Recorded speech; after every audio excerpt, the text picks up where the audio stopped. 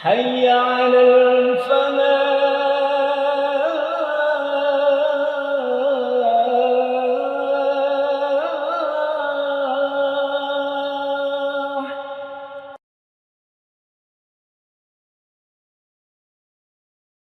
Assalamualaikum warahmatullahi wabarakatuh.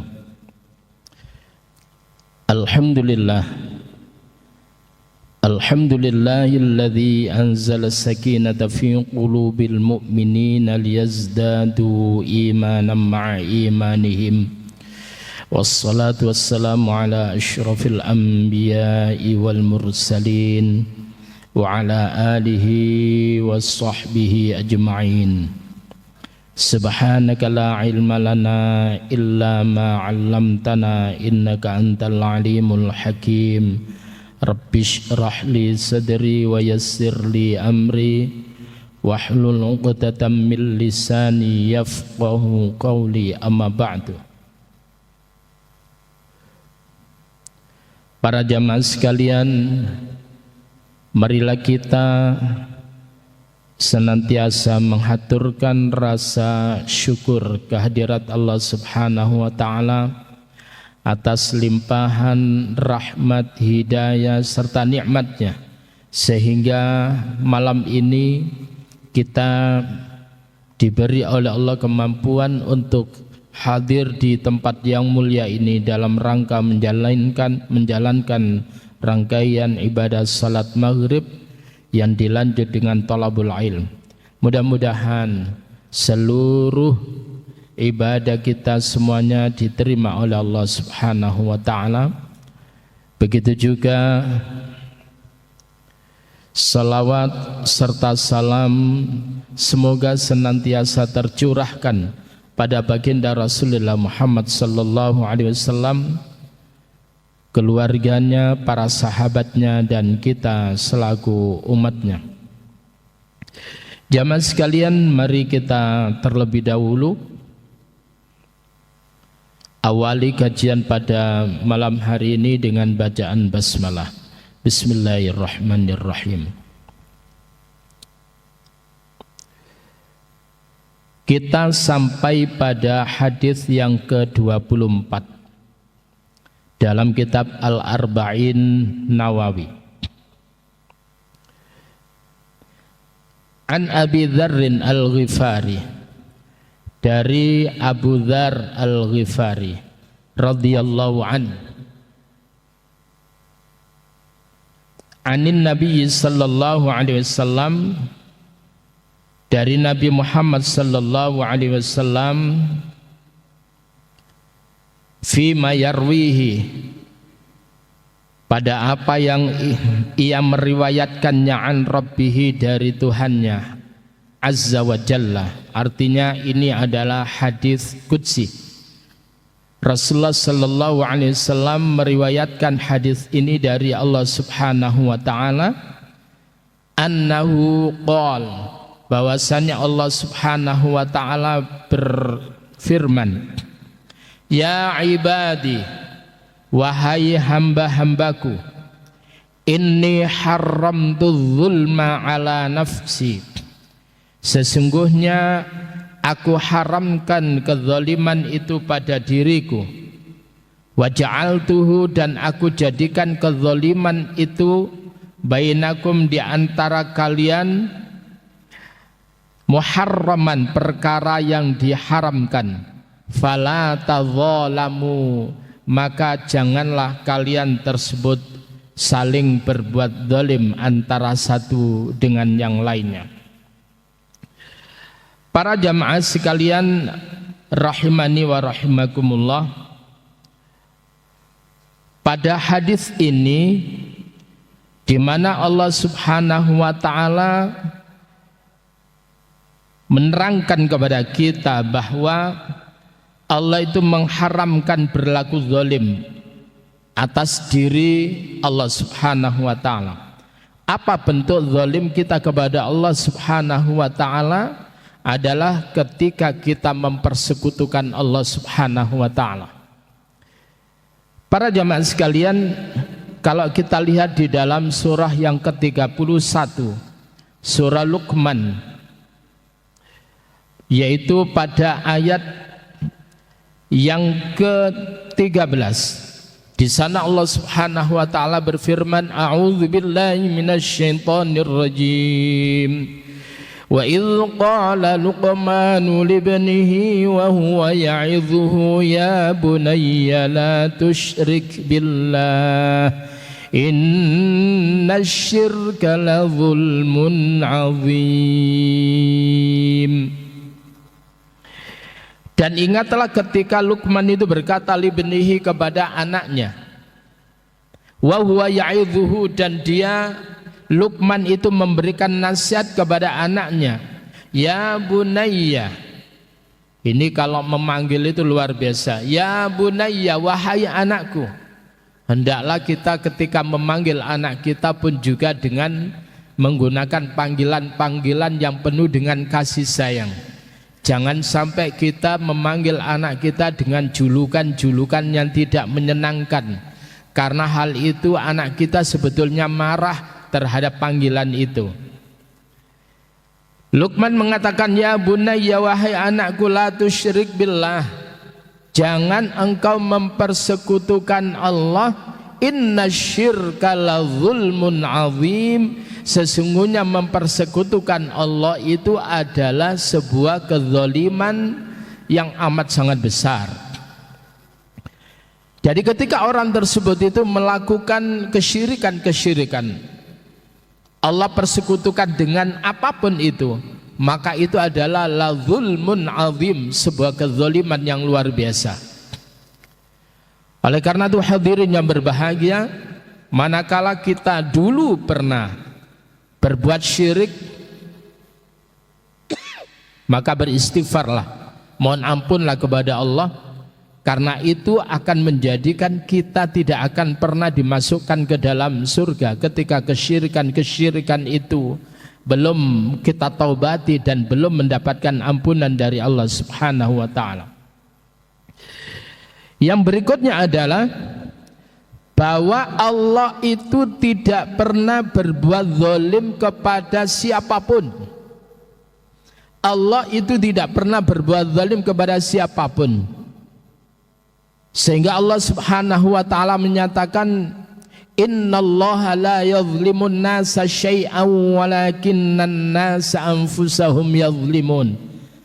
Sesungguhnya Allah tidak pernah berbuat zalim kepada manusia, tetapi manusialah yang seringkali berbuat zalim kepada diri mereka sendiri. Di dalam syariat-syariat yang Allah syariatkan kepada hambanya itu selalu ada garis besarnya, yaitu Allah tidak pernah memberikan suatu beban yang berat, kecuali beban yang diberikan, taklif yang diberikan itu adalah sesuai dengan kesanggupan hambanya. La yukallifullahu nafsan illa wus'aha. Ketika orang tersebut itu adalah tidak bisa sholat dengan berdiri, silakan sholat dengan duduk. Tidak bisa duduk, maka silakan dengan berbaring. Kalau sekiranya orang tersebut itu puasa, lalu kemudian tidak mampu karena sakit, jangan puasa. Nanti ketika sembuh silakan kemudian diqadha pada bulan-bulan di luar bulan Ramadan. Bagi yang kemudian orang itu tidak memiliki kemampuan apapun untuk puasa karena kondisinya lemah dan itu adalah sifatnya abadi, maka hendaklah orang tersebut itu membayar fidyah. Selalu ada jalan keluar. Allah tidak pernah memaksakan di luar kesanggupan hambanya.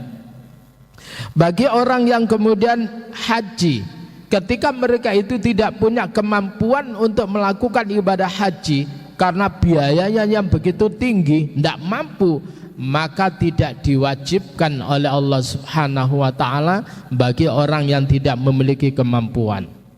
Dan apapun itu adalah la yukallifullahu nafsan illa wus'aha. Allah tidak pernah memberikan suatu beban kepada hambanya, kepada seseorang, kecuali sesuai dengan kemampuannya, kesanggupannya. Para jamaah sekalian, dan Ketika orang tersebut itu melakukan suatu kebaikan sekecil apapun, tidak pernah kemudian Allah mencuranginya, senantiasa dicatat.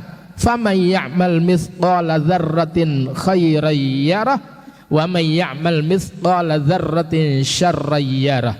Siapa orang yang melakukan sekecil zarrah, seberat zarrah berupa kebaikan, niscaya Allah akan memperlihatkannya, dan kemudian Allah mengapresiasi, Allah memberikan pahala kepada orang itu. Begitu juga sebaliknya, sekecil zarrah berupa keburukan, Allah pun juga akan memperlihatkannya. Tetapi yang luar biasa kata Allah, man jaa'a bil hasanati falahu 'asyru amsalihha. Siapa orang yang datang dengan membawa satu kebaikan, maka baginya adalah 10. Wa man jaa'a bis sayyi'ati fala yujza illa mithlaha wa hum la yuzlamun. Tetapi ketika orang itu datang dengan membawa satu keburukan, maka Allah tidak memberikan balasan kepadanya, melainkan yang setara dengan tingkat kesalahan atau dosa orang itu. Wahum la yuzlamun, dan mereka hambanya itu tidak pernah dizalimi oleh Allah Subhanahu wa ta'ala. Kalau Allah tidak pernah berbuat zalim kepada makhluknya, maka jangan kita berbuat zalim kepada siapapun. Fala tadzalamu, maka janganlah kalian tersebut itu berbuat zalim atau saling menzalimi antara satu dengan yang lainnya. Para jamaah sekalian rahimani wa rahimakumullah, setiap apa yang kita lakukan nanti akan ada balasannya. Ketika kemudian kita menyakiti orang, kemudian atau kita tersebut itu mencederai orang, kita mengalirkan darah orang itu, artinya melukai orang itu, bahkan membunuh, maka nanti akan ada qisasna. Walakum fil jurm, dan setiap daripada luka tersebut itu ada qisasnya. Jadi sekali lagi, dalam setiap luka itu ada qisasnya. Para jamaah sekalian rahimani wa rahimakumullah, yang berikutnya, ya ibadi kullukum dhallun illa man hadaituhu fastahduni. Ya ibadi, wahai hambaku, wahai hamba-hambaku, kullukum dhallun, setiap kalian itu adalah dhallun, punya potensi untuk tersesat. Illa man hadaituhu, kecuali orang yang aku berikan petunjuk kepadanya. Kita ini punya potensi untuk kemudian tersesat, salah, kecuali kalau kita ini diberi hidayah oleh Allah Subhanahu wa ta'ala. Oleh karena itu fastahduni, kata Allah, maka hendaklah kalian mohon petunjuk kepadaku. Dalam surah Al-Fatihah, kita tersebut diajarkan oleh Allah dengan kalimat ihdinas siratal mustaqim. Ya Allah, tunjuki kami Allah jalan yang lurus.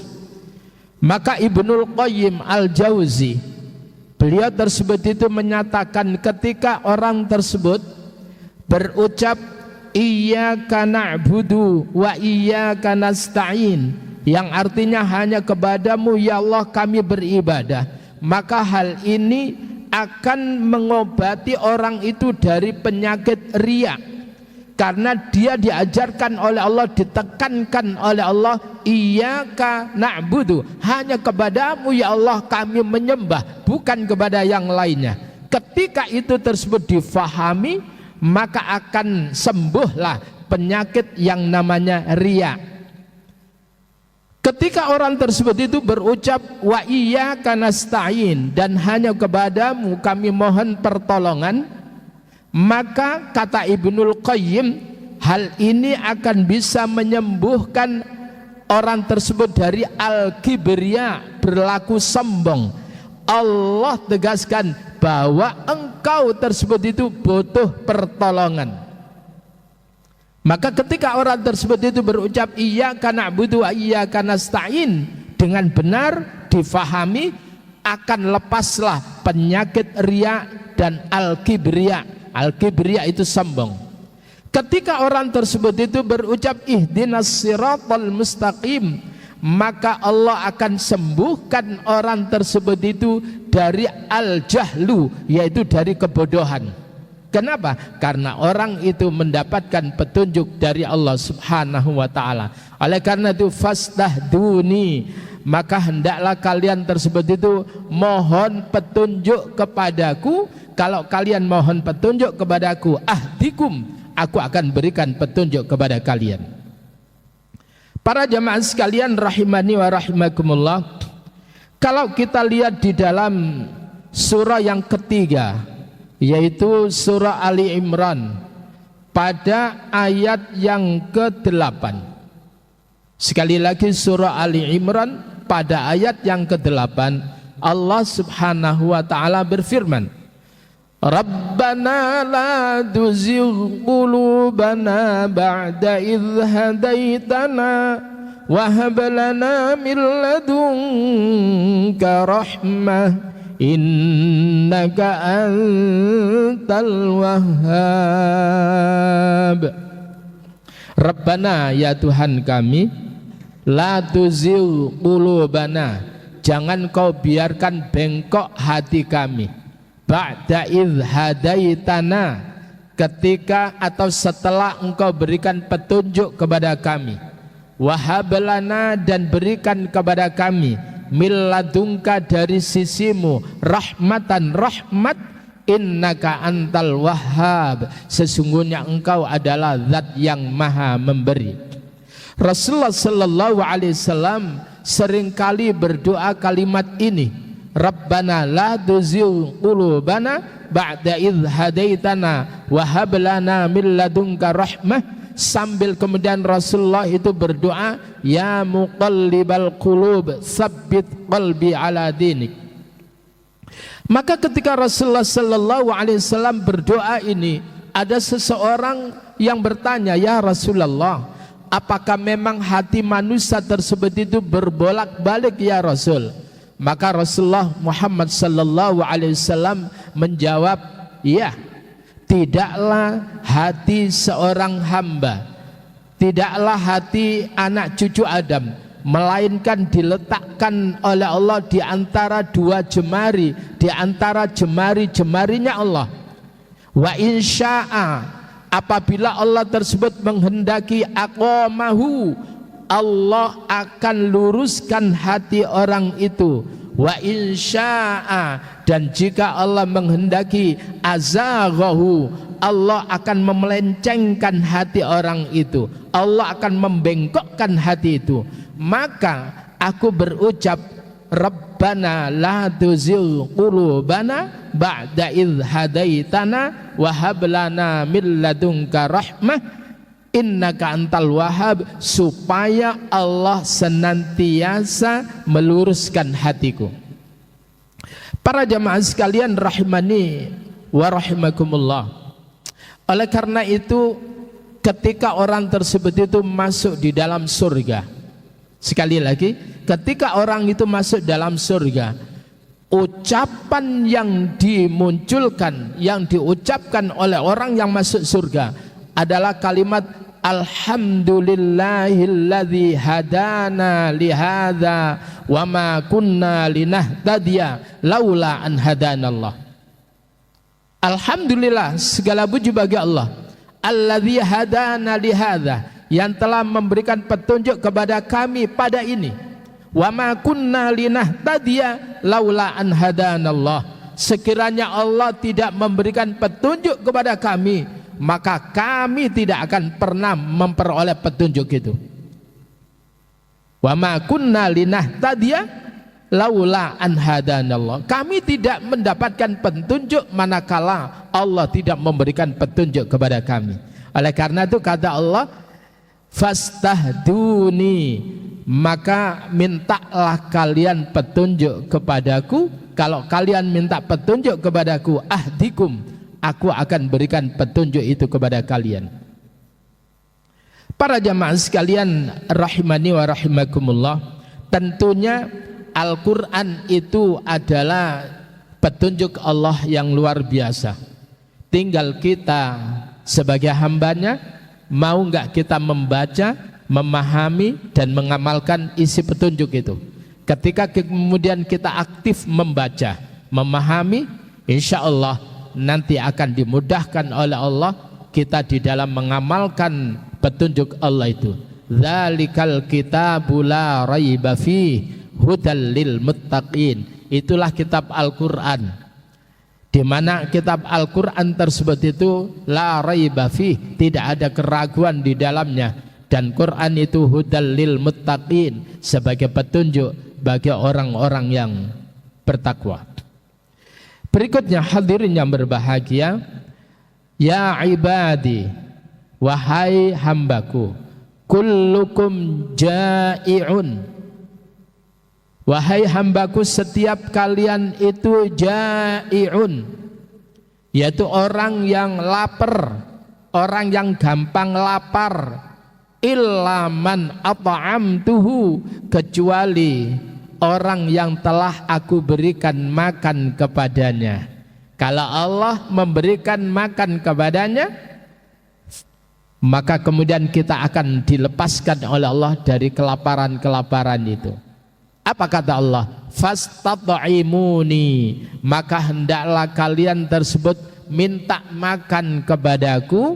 Kalau kalian minta makan kepadaku, ut'imkum, maka aku akan berikan makan kepada kalian itu. Mintalah kalian makan kepadaku, jangan kepada yang lainnya. Minta. Kalau kalian minta, ut'imkum, aku memberikan makan kepada kalian. Para jamaah sekalian rahimani wa rahimakumullah, maka kita ini diajarkan oleh Allah usai makan, usai minum, dengan doa, redaksinya adalah alhamdulillahilladzi at'amana wa saqana wa ja'alana muslimin. Segala puji bagi Allah alladzi at'amana, yang telah memberikan makan kepada kami, wa saqana, dan telah memberikan minum kepada kami, wa ja'alana muslimin, dan menjadikan kami orang-orang yang berserah diri. Oleh karena itu hadirin yang berbahagia, yang memberikan makan itu adalah Allah. Kita ini bisa kerja ketika kemudian kita itu kemudian dikasih kekuatan oleh Allah, sehingga disitulah kemudian perlunya kita memahami makna la haula wala quwwata illa billah. Kita bisa berangkat kerja dengan aman, dengan tenang, dengan lancar, pekerjaan lancar, lalu kemudian Allah mudahkan untuk mendapatkan reward. Itu adalah karena Allah memberikan segalanya kepada kita. Ketika kemudian kita tidak dikasih daya, kekuatan oleh Allah, kita bukanlah siapa-siapa. Para jamaah sekalian rahimani wa rahimakumullah, oleh karena itu minta makan. Oleh karena itu ada doa yang kala itu Bani Israel meminta kepada Nabiullah Isa alaihissalatu wassalam, di mana kala itu adalah Bani Israel meminta kepada Nabi Musa alaihissalatu wassalam supaya diperkenankan, supaya Allah menurunkan hidangan dari langit. Lalu kemudian Nabi Musa kala itu tersebut itu marah, kamu jangan macam-macam, kalau bahasa kita ini. Akhirnya kemudian apa?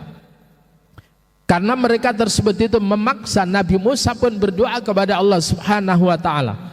Doa itu diabadikan oleh Allah di dalam surah Al-Ma'idah, surah yang kelima pada ayat yang ke-114.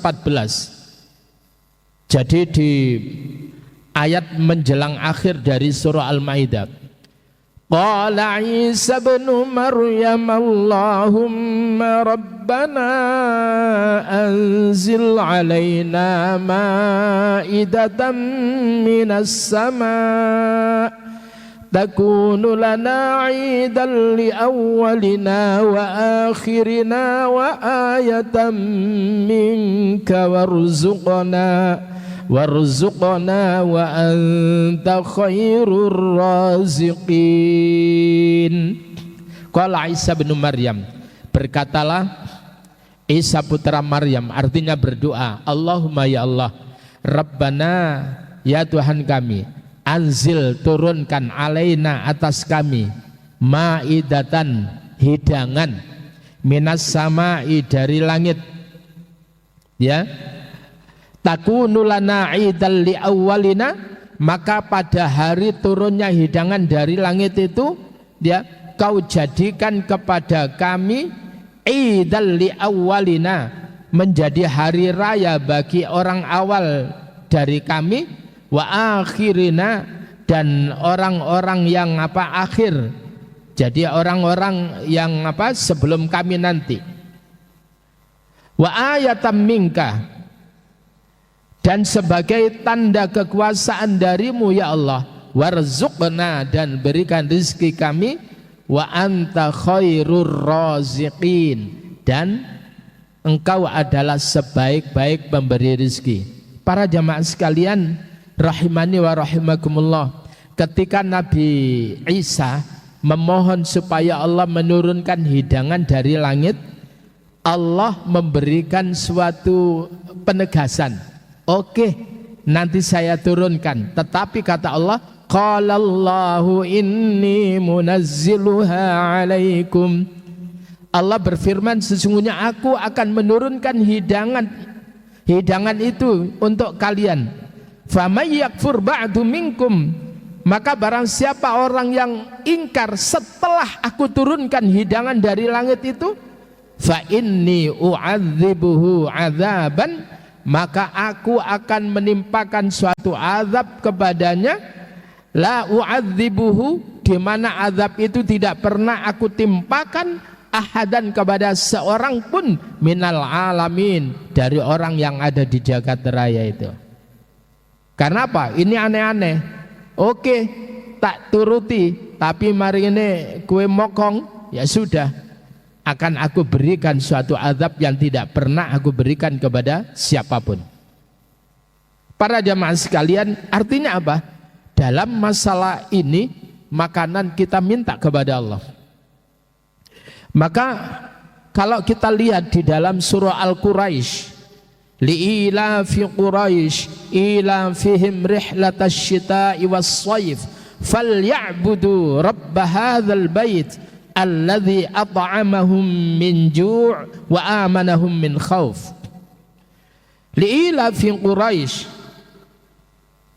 karena kebiasaan orang Quraisy, ila fihim, di mana kebiasaan mereka orang-orang Quraisy itu, rihlatasy syita'i was-shayf, di mana mereka suka melakukan rihlah, yaitu melakukan suatu perjalanan panjang, ya, touring, baik itu di waktu musim dingin, asyita, kayak semacam hari-hari ini, was-shayf, dan musim panas.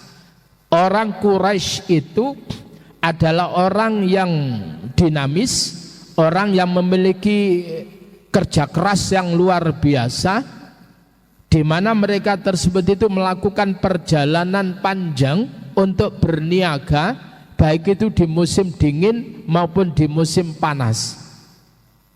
Mereka itu tidak pernah tertaklukkan oleh musim. Musim apapun dia akan senantiasa bekerja.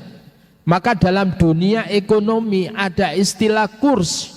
Kurs itu mata uang yang terkait dengan keuangan. Kurs itu adalah, ada orang yang menyatakan bahwa ini diambil dari istilah Quraisy. Jadi ila fihim rihlatasy syita'i was-shayf, kebiasaan mereka suku Quraisy itu adalah melakukan perjalanan untuk berdagang, baik itu di musim dingin maupun di musim panas. Tapi apa kata Allah?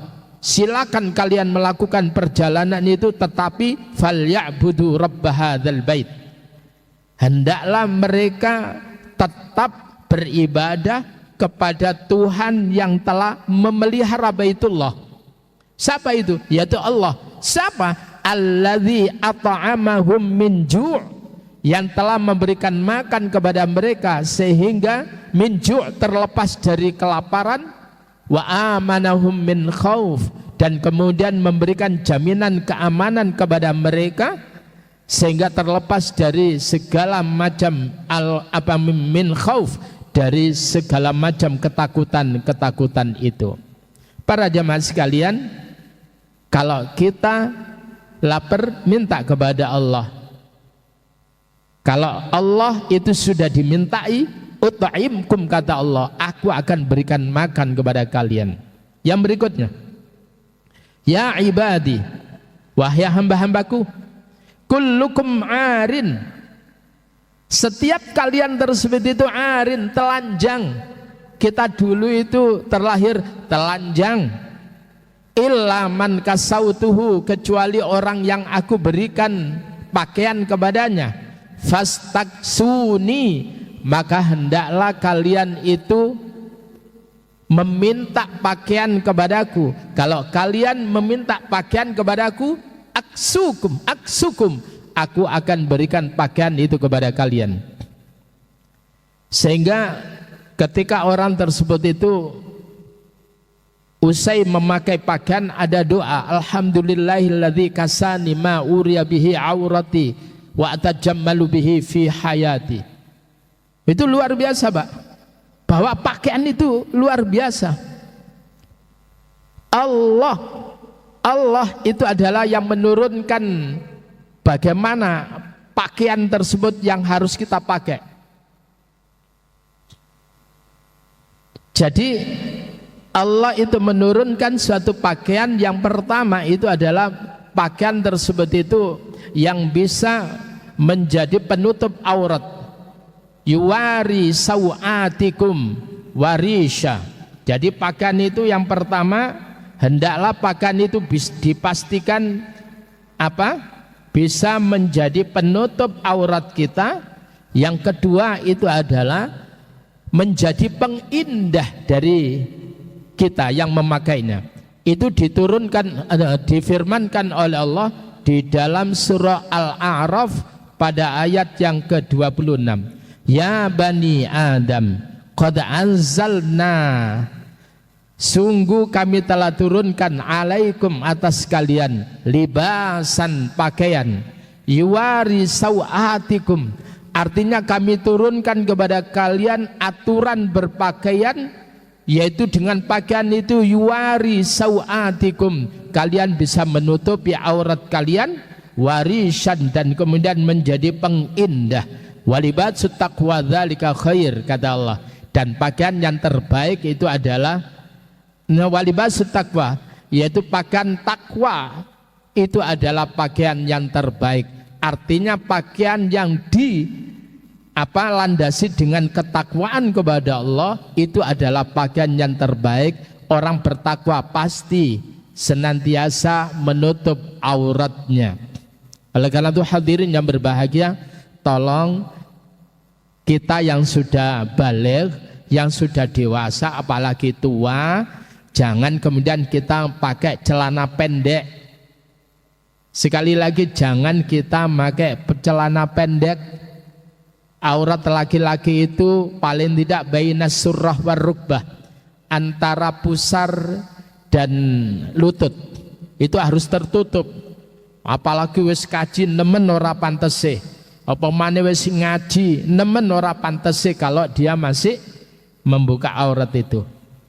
Jadi oleh karena itu kalau kita melihat orang-orang yang lagi pakaian ihram, nah mereka itu kan membalutkan dirinya dengan 2 helai kain itu. Nah itu sebetulnya minimal auratnya, yaitu bainas surrah war rukbah, antara pusar dan lutut itu. Jangan sampai kemudian pakai ihram tapi udele ketok. Wah itu enggak benar itu. dan itu akan terkena dam itu. Para jamaah sekalian rahimani wa rahimakumullah. Berikutnya, ya ibadi, wahai hambaku, innakum tukhti'una, sesungguhnya kalian itu punya potensi untuk berbuat salah billaili wan nahar,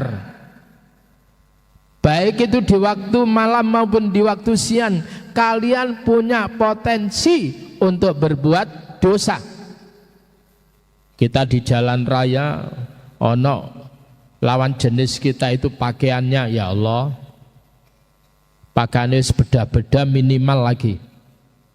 Wah, ini godaan bapak-bapak. Wis kopian, wis jenggote putih, mari ngene ndelok model kaya ngono. Dik delok dosa, gak dik delok kok barang antik. Nah, hati-hati itu. Ya, lek gak dik delok iso nabrak, tapi masalahnya kok ditutno. Nah, itu.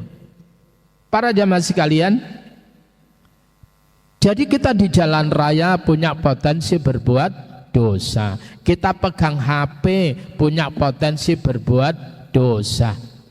Wis pokoknya kita di mana saja punya potensi berbuat dosa, baik itu di waktu malam maupun di waktu siang. Tetapi Allah Subhanahu wa taala mengatakan, wa ana aghfiru dzunuba jami'an, aku akan mengampuni dosa semuanya. Fastaghfiruni, maka mohonlah ampun kalian kepadaku. Aghfir lakum, kalau kalian mohon ampun kepadaku, aku akan ampuni kalian. Masya Allah, Allah Subhanahu wa ta'ala itu sayang kepada kita. Sampai kemudian Allah Subhanahu wa ta'ala berfirman, qul ya ibadiyalladzina asrafu ala anfusihim la taqnatu mir rahmatillah innallaha yaghfiru dzunuba jami'a. Wahai orang-orang yang melampaui batas terhadap diri mereka, la taqnatu mir rahmatillah, janganlah kalian itu putus asa dari rahmat Allah. Innallaha yaghfiru dzunuba jami'a, sesungguhnya Allah tersebut itu mengampuni dosa semuanya. Para jamaah sekalian rahimani wa rahimakumullah, ketika kita mohon ampun kepada Allah, menyesali apa yang pernah kita lakukan, berazam kita tidak mengulangi lagi, maka dosa kayak apapun itu akan diampuni oleh Allah Subhanahu wa taala. La taqnatu mir rahmatillah, jangan kalian putus asa dari rahmat Allah. Dalam hadis yang dicatat oleh Imam An-Nawawi dalam kitab Riyadhus Shalihin bab taubat, itu luar biasa, dikatakan bahwa Allah itu membentangkan tangannya di waktu siang hari untuk kemudian menunggu hambanya yang telah melakukan kemaksiatan di waktu malam. Ketika orang itu melakukan kemaksiatan di waktu malam, Allah itu masih menunggu taubatnya orang yang melakukan keburukan di malam hari. Di siang hari Allah bentangkan tangannya. Begitu juga Allah bentangkan tangannya tersebut itu di waktu malam untuk menunggu taubatnya seorang hamba yang usai melakukan kemaksiatan di siang hari. Sampai kapan itu? Hatta tatlu asyamsu mim maghribiha, sampai matahari tersebut itu muncul dari tempat terbenamnya. Lek matahari srengenge iku wis muncul teko kulon, maka sudah tertutuplah pintu taubat itu. Oleh karena itu hadirin yang berbahagia, Allah itu tidak pendendam. Allah itu luar biasa. Pokoknya kita mohon ampun, mengakui kesalahan kita, kita menyesal, sudah, dosa kayak apapun itu akan diampuni oleh Allah. Bahkan ini juga tercatat di dalam Riyadhus Shalihin bab taubat, Allah itu lebih senang, Allah itu lebih bangga, ya. Dan apa dikarenakan menemukan hambanya yang bertaubat setelah berkelana melakukan kemaksiatan, di mana senangnya Allah itu mengalahkan, melebihi daripada senangnya orang yang kehilangan tunggangannya, kendaraan tunggangannya di padang pasir yang luas. Setelah itu kemudian dia mendapatkan tunggangannya, untone maune hilang, lalu kemudian susahnya luar biasa. Tiba-tiba saat-saat dia tersebut itu capek dan tertidur, ternyata ontanya datang ada di sampingnya. Bangganya luar biasa, tapi itu tidak mampu mengalahkan bangganya Allah mendapati hambanya yang mau bertobat kembali kepada Allah Subhanahu wa ta'ala. Oleh karena itu Nabi Muhammad sallallahu alaihi wasallam itu kemudian beristighfar dan menyatakan taubatnya setiap hari itu adalah tidak kurang dari 70 hingga 100 kali. Rabbi ufirli wa tub alayya innaka antat tawwabur rahim. Ya Allah, Rabbi ufirli, ampuni aku ya Allah, wa tub alayya, terimalah taubat atasku ya Allah, innaka antat tawwabur rahim, sesungguhnya Allah, sesungguhnya engkau adalah maha menerima taubat lagi maha penyayang. Para jamaah sekalian, sekali lagi jangan putus asa.